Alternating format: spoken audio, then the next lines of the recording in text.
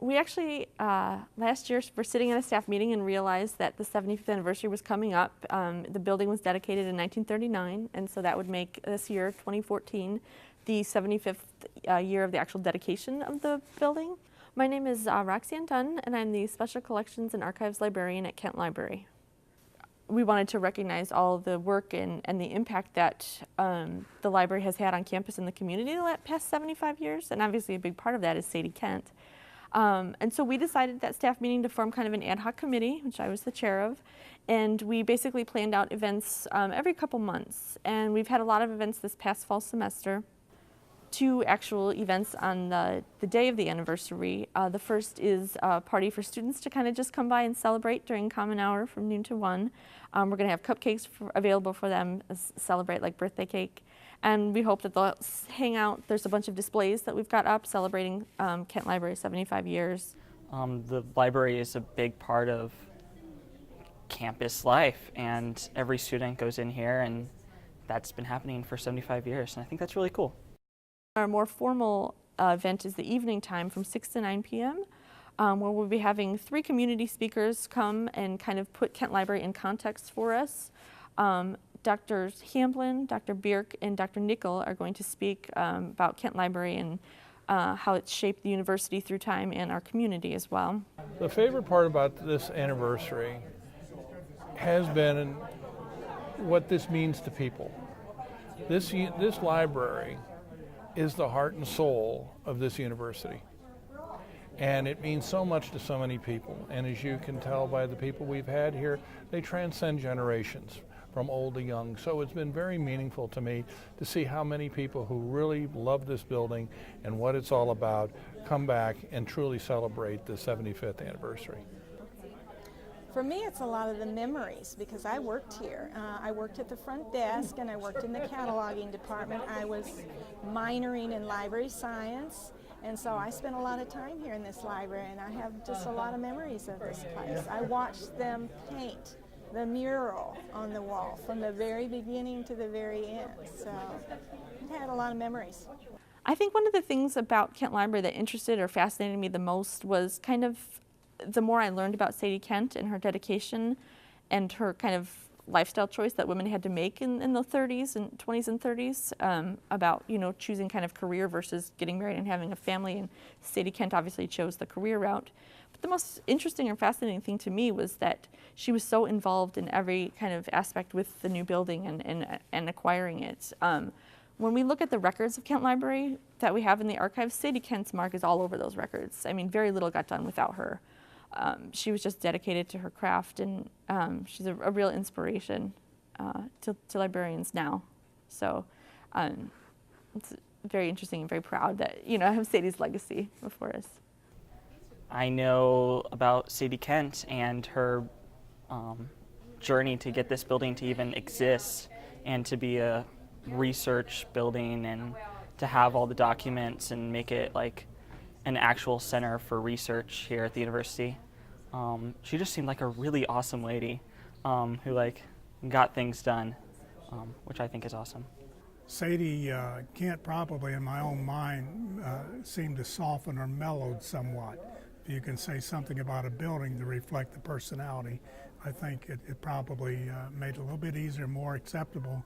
So if we can reference her, and I've not met her, never did, just from pictures I've seen, it's just in my mind the transition from the old building to the present building probably made a very positive reflection on her. And then we'll also be doing the grand unveiling of the Bonnewitt windows that we recently had reinstalled. So we're very excited that people can finally see those. They're going to be permanently on display as long as Kent Library is there. Those windows will be there. In October, we actually had Miss Gay Walker come. She's a special collections librarian at Reed College in Portland, Oregon, and she's done extensive research on G. Owen Bonnewitt, who is the artist who did the 45 stained glass panels that we've reinstalled back in Kent Library. Those 45 panels were commissioned by Sadie Kent. Bonnewitt was a very famous artist at the time, and so it was a very, very prized possession for Kent Library to have these 45 pieces. And so Miss Walker came and talked to us about the history of our windows specifically, and then she did talk a lot about Bonnewood as an artist and what his life was like and how he lived his life. So that was very interesting. The unveiling of the stained glass is a very special, we've been building up to this for quite some time.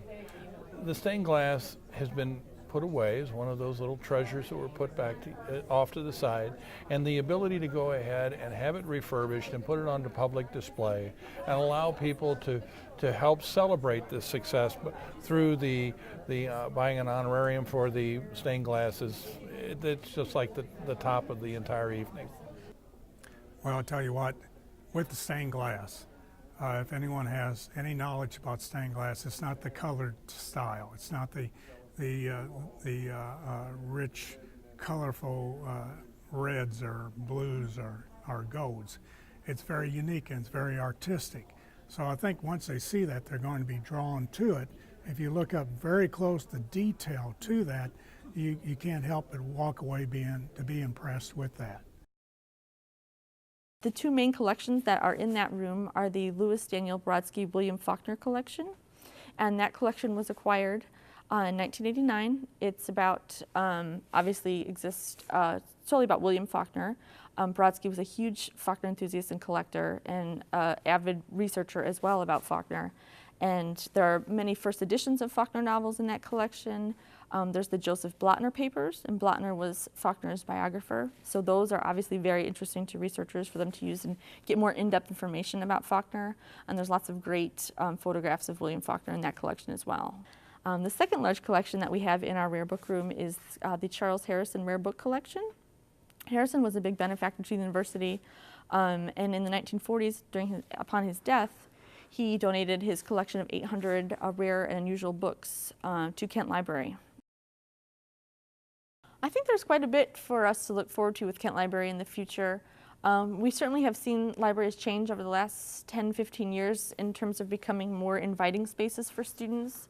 You see a lot of libraries go to more collaborative and kind of open spaces. We want students to come and hang out and do your work there while still keeping a very serious research side and making sure they have access to all the stuff that they need to do their projects and things like that. I hope that today's students will honor the traditions that this university has. And this stained glass is just one example of many across this campus. But understanding what this institution stands for. It's not about just staying here for 4 years and getting a degree. It's about evolving and helping mature lives and helping people grow into their chosen fields. And these traditions that we are unveiling tonight really are the cornerstones of that type of feeling.